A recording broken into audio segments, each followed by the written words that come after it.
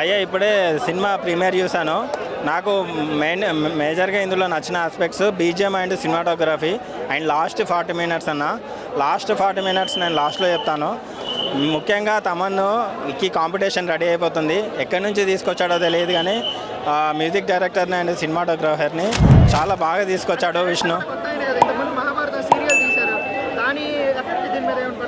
ఇందులో డైరెక్టర్ పాత్ర కంటే నాకు విష్ణు స్క్రీన్ ప్లే కనిపించింది. ఎందుకంటే దీంట్లో కర్త కర్మ క్రియ మొత్తం విష్ణువే. ఒక కృష్ణులాగా ఒక డైరెక్టర్ ఉంటాడే తప్ప నాకు మొత్తం ఈ విష్ణువే కనిపించాడు.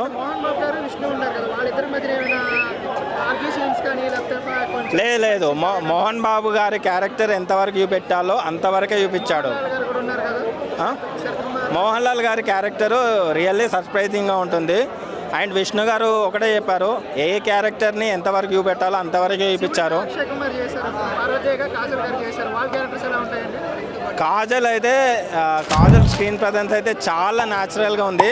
నిజంగా వాళ్ళు శివపార్వతులు అంటే చాలా కన్విన్సింగ్గా ఉంది. లేదు ప్రభాస్ ఎంట్రీ తర్వాత సినిమా నెక్స్ట్ లెవెల్కి వెళ్ళిపోవచ్చు. లాస్ట్ 40 మినిట్స్ అయితే విష్ణు మీకు కనబడాడండి. అతని పెర్ఫార్మెన్సే కనిపిస్తుంది. Prabhas biggest asset and Mohan Lal కూడా బిగ్గెస్ట్ అసెట్ అని చెప్పచ్చు.